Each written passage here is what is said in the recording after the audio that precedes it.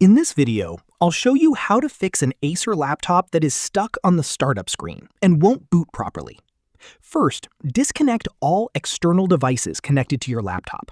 This includes USB drives, external keyboards, mice, printers, memory cards, and any other accessories.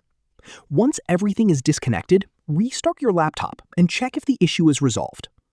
If the laptop is still stuck on the startup screen, press and hold the power button until the laptop turns off completely. Wait a few seconds, then press the power button again to turn it back on. As soon as you see the Acer logo, repeatedly press the F2 key to enter the BIOS settings. Once you're in the BIOS, press F9 to load the default BIOS settings. Select Yes if you're asked to confirm. After that, press F10 to save the changes and exit. Your laptop will restart automatically. If the problem continues, perform a power reset.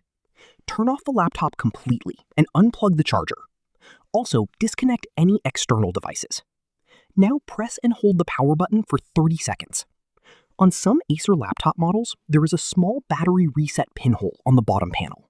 If your laptop has one, gently insert a paperclip or SIM ejector tool into the pinhole for a few seconds to perform a hardware reset.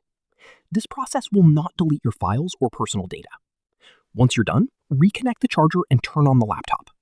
Check whether the startup issue has been fixed. That's it. These are the most effective methods to fix an Acer laptop that is stuck on the startup screen. If you found this video helpful, don't forget to like the video, subscribe to our channel, and press the bell icon for more tutorials. Thanks for watching.